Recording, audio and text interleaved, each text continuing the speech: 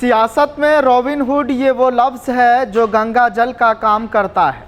कर्म चाहे जैसे भी हो, कानून चाहे जो भी कहे, बस इस एक लफ्ज़ का इस्तेमाल कीजिए, सब कुछ धुल जाएगा। और अगर नहीं धुला तो फिर राजनीति किस दिन काम आएगी।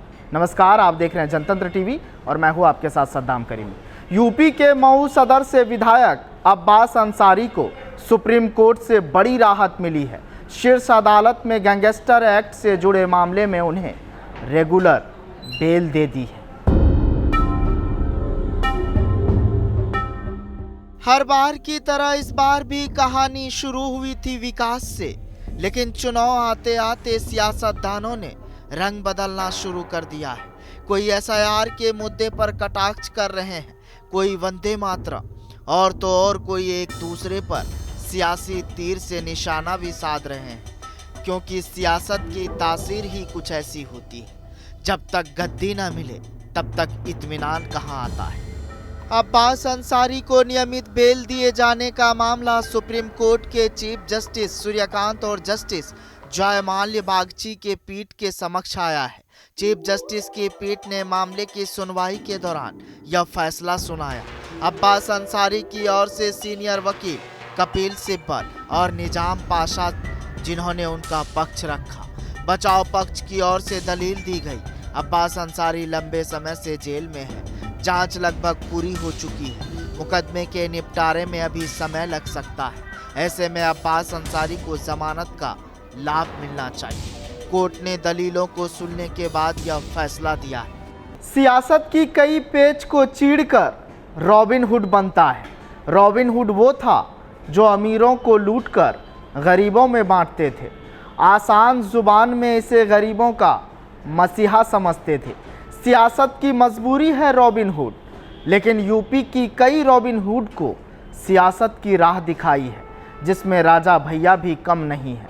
और ये उनके लिए भी मुफीद होते हैं जो सियासी पनाह देते हैं। लेकिन कहानी के उस पार अब्बास अंसारी की पूरी क्राइम कुंडली क्या है। मऊ सदर विधायक अब्बास अंसारी को सुप्रीम कोर्ट ने सुनवाई के बाद बड़ी राहत दे दी। गैंगस्टर एक्ट से जुड़े मामले में उन्हें नियमित जमानत दे दी गई। सुप्रीम कोर्ट ने पहले मऊ विधायक को अंतरिम जमानत दी थी, इसे नियमित जमानत में बदला गया है। हालांकि कोर्ट ने जमानत के साथ कुछ सख्त शर्तें भी लगाई, इनका पालन विधायक को करना होगा।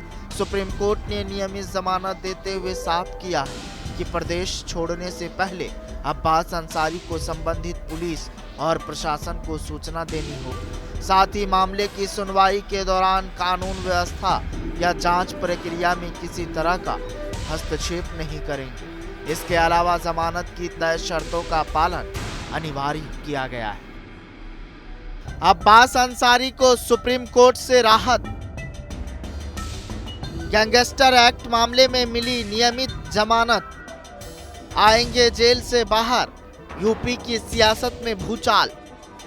सीजेआई की पीठ ने दिया बड़ा फैसला। 4 नवंबर 2022 को अब्बास अंसारी को अन्य आपराधिक मामलों में हिरासत में लिया गया था। इसके बाद चित्रकूट के कोतवाली करवी थाने में 31 अगस्त 2024 को अब्बास के खिलाफ जबरन वसूली और मारपीट को लेकर रिपोर्ट दर्ज की गई थी। 6 सितंबर 2024 को गैंगस्टर एक्ट के तहत अब्बास गिरफ्तार किया गया था। मार्च 2025 में उन्हें राहत देते हुए बेंच ने गैंगस्टर एक्ट मामले को छोड़कर अन्य सभी आपराधिक मामलों में जमानत दे दी थी। अब सुप्रीम कोर्ट ने उन्हें गैंगस्टर मामले में भी रिहा कर दिया है।